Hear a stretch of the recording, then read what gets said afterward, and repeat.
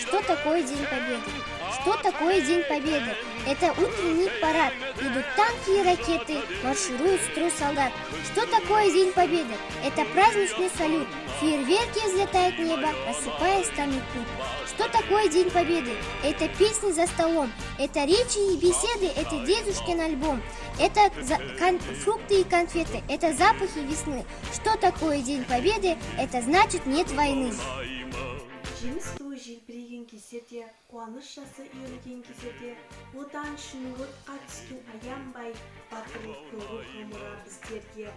Ұлы жеңіс тарихтада жырланған, тебіренер, еске алса әр халық 76 жылдық мерейтойы жеңістің ардагері рухына бағышталған. Руслан қызы ағайым, жеңіс дейміз жалауымыз желбіреп, көктем күні нұрын төксе ержіреп. Тап осындай бейбіт күнге жеткізген әкелер мен ағалар ғой ержүрек. Жауынгерлер отан үшін ерледі, жауларына сүйем жерін бермеді. Жанын қиып туған жерім елім деп, амал қанша көпшілігі келмеді.